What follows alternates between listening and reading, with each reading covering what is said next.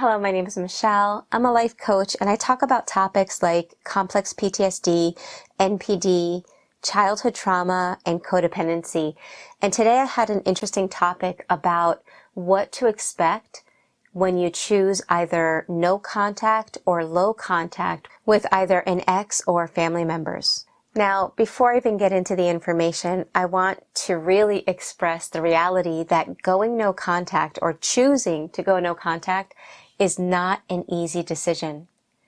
Nobody should ever tell you you have to go no contact because it's a personal decision and only the person that's in that situation can truly know what's best for them. And I also want to mention that if you know of people that have chosen to go no contact or low contact, it's also not anybody's place to judge. You may not be living in that exact situation. And the truth is if somebody decides to go no contact or even just chooses to have limited contact with family members, the purpose of choosing that behavior is not to hurt the other person. It's not the same as the silent treatment. The silent treatment is intended to inflict harm on the person that's being ignored. But no contact has nothing to do with hurting the other person. It's actually just a way of protecting the self. So it's really important to understand those truths. So with that in mind, let's talk about what to expect and even more importantly, what you can do when these situations arise. If this happens to be a romantic partner that you choose to go no contact with or have very limited contact with because, again, you need to protect yourself, one thing that they will do is they will move on as if you never existed.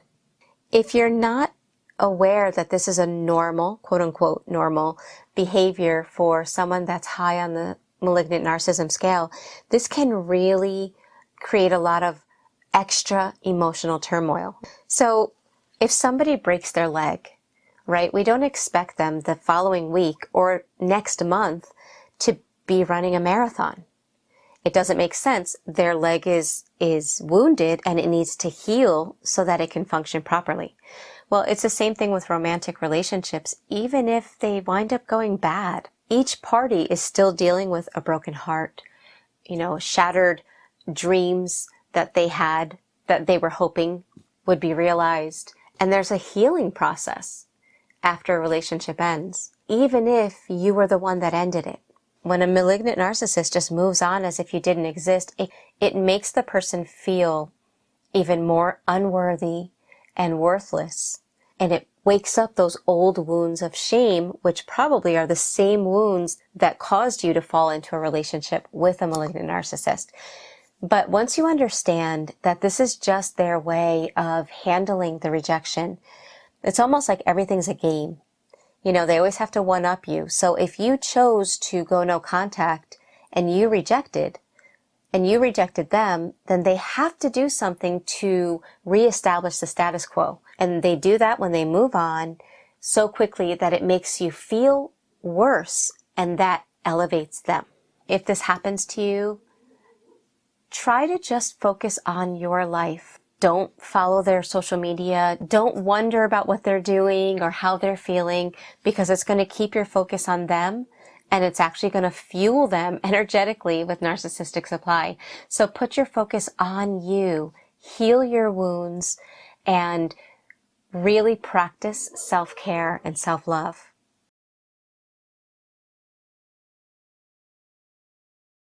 They will stalk you on social media. Now, they will never admit this, and in fact, they will accuse you of stalking them, but trust me, they will watch everything you do, everything you post, and they will try to twist it and manipulate it against you. So my advice with this one is simply to just post what you feel comfortable posting.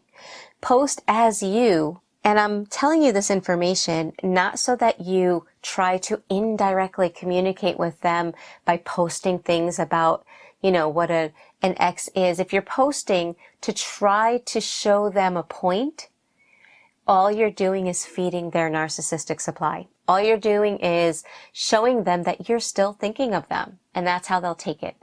They won't get your points that or the little jabs that you're trying to toss their way. They will only see it as you're still stuck on them, and, that makes them feel powerful. So my advice is to just focus and post what feels good for you, what is authentic for you, and live your life for you and not for what they're thinking or watching you do.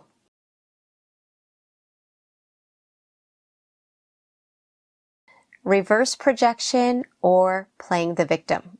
So with this one, it really depends on the relationship that you have with the person that you want no contact with. If it's an ex, then they'll often do reverse projection.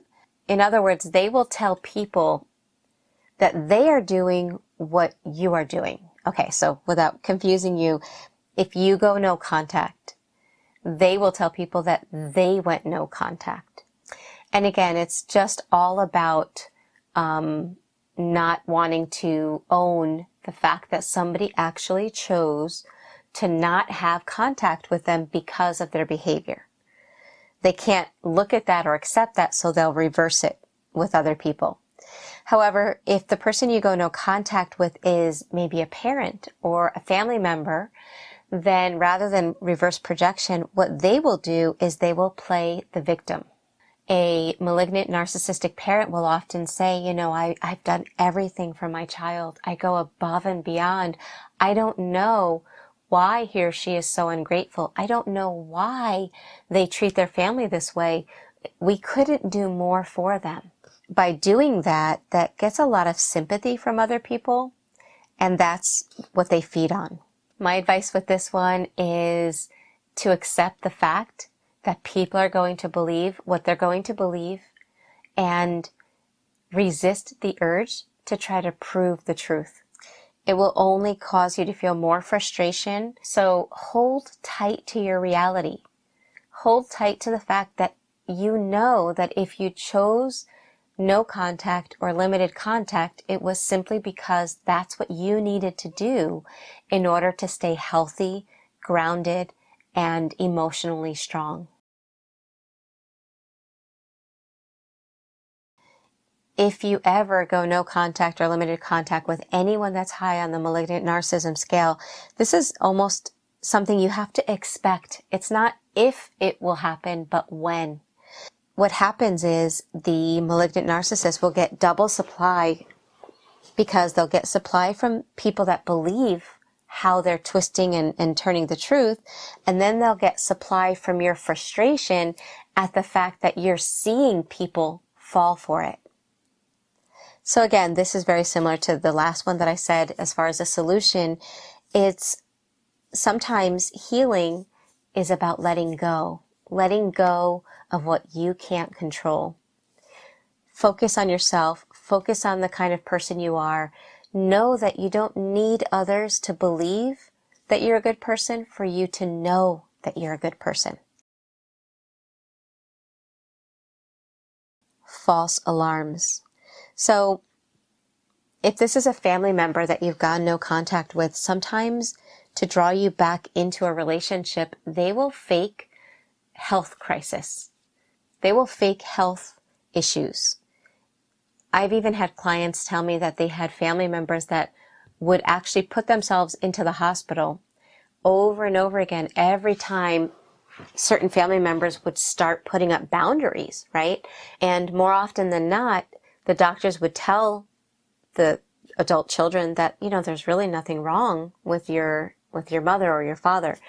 And this was a cycle, and it happened a lot. And I hear this story over and over with many of my face-to-face clients where the parent just sucks everyone in with false health problems. And a lot of times the adult children of a malignant narcissist is in a cycle of whenever mom or dad has a health issue, they drop their life and they go above and beyond to try to help. And oftentimes facing serious consequences, whether with their job, whether with relationships, whether with their own health, because they're giving and not having time to replenish. And it happens over and over. So if this is a cycle that you see a lot, start noticing the cycle, start noticing the patterns that your family members, if they might be high on the scale of malignant narcissism, what do they do to try to draw everyone back in? Once you know the pattern, you can start handling it in a way that helps you to respond to what's going on instead of reacting or getting sucked back in. And the last thing that I want to mention that you can expect is for them to go out of their way to trigger you. And once you learn this, you start noticing how they do it. It's almost like they will jump from topic to topic. I'm talking about situations where somebody chooses to be low contact. Okay, so, and these could be situations that, you know, you don't have a choice in the matter that you have to be around this person, but it's almost like they're always searching and poking and trying to find exactly what they can poke at that causes a reaction in you. So notice it, use the observe, don't absorb technique, use diaphragmatic breathing so that you keep yourself grounded, and definitely take time to heal your triggers. Because once our triggers are healed, they can poke and poke and poke all they want, and you will literally be in a place where you will give no negative emotional reaction. So those are things to expect if you decide to go low contact or no contact, and some tips that can help you to handle that. Remember that choosing to do low contact or no contact is a personal choice. Some people may not see it in a positive light, and that's okay. If you know that you're making this decision because it's healthy for you, then other people are allowed to disagree. They're allowed to think it's a silly or rude or unkind tool or behavior to utilize. And you're still allowed to know that this is keeping your sanity. Remember, if you would like to have a little bit more personal one-on-one assistance, don't forget that the link to my website is always in the description box below.